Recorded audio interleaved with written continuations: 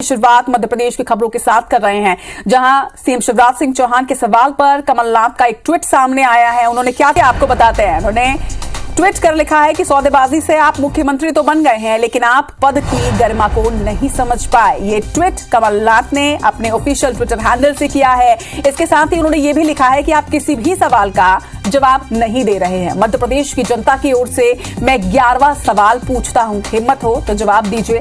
परिवार के एक व्यक्ति की आय सुनिश्चित करने का आपने वादा किया था, आपने अपना ये वादा क्यों नहीं निभाया? मध्य प्रदेश में 30 लाख से ज्यादा पंजीकृत बेरोजगार हैं। ये जानकारी भी उन्होंने अपने ट्वीट के माध्यम से साझा की है। लेकिन इसके साथ ही एक बड़ा सवाल भी उन्होंने यहां पर किया है सीएम शिवराज सिंह चौहान से। ज्यादा जानकारी के साथ हमारे सहयोगी नवीन इस वक्त हमारे साथ जुड़ रहे हैं। नवीन, लगातार कमलनाथ सवाल पूछ रहे हैं और एक बार फिर से एक ट्वीट सामने आया जिसमें उन्होंने ये भी कहा है कि सौदेबाजी से आप सीएम तो बन गए, लेकिन पद की गरिमा को नहीं समझ पाए।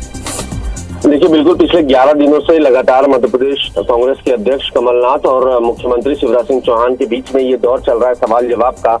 और आज 11वां दिन है। कमलनाथ ने आज 11वां सवाल पूछा है। कमलनाथ ने मुख्यमंत्री शिवराज सिंह चौहान से ट्वीट के जरिए सवाल पूछा है और सीधे तौर पर एक मुहावरे के जरिए हमला किया और कहा है कि शिवराज जी, हंसना और गाल फुलाना दोनों एक साथ नहीं हो सकते।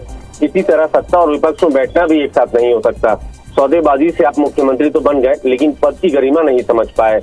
कमलनाथ ने सवाल पूछा है और कमलनाथ ने कहा है कि आपने हर हाथ एक कार्ड योजना का ऐलान किया था, लेकिन आप ये बताइए, हर परिवार के एक बेरोजगार व्यक्ति की आय सुनिश्चित करने का जो वादा किया था, क्या वो वादा पूरा हो पाया? क्या हर हाथ को काम मिल पाया? क्योंकि मध्य प्रदेश में 30 लाख से ज्यादा पंजीकृत बेरोजगार हैं। अगर आपका वादा सही था और आपने अगर वादा पूरा किया था तो 30 लाख बेरोजगार मध्य प्रदेश में पंजीकृत नहीं होते। तो इस तरीके से लगातार कांग्रेस और बीजेपी के बीच में एक वॉर चल रहा है। चुनाव में फिलहाल 7 महीने का वक्त है।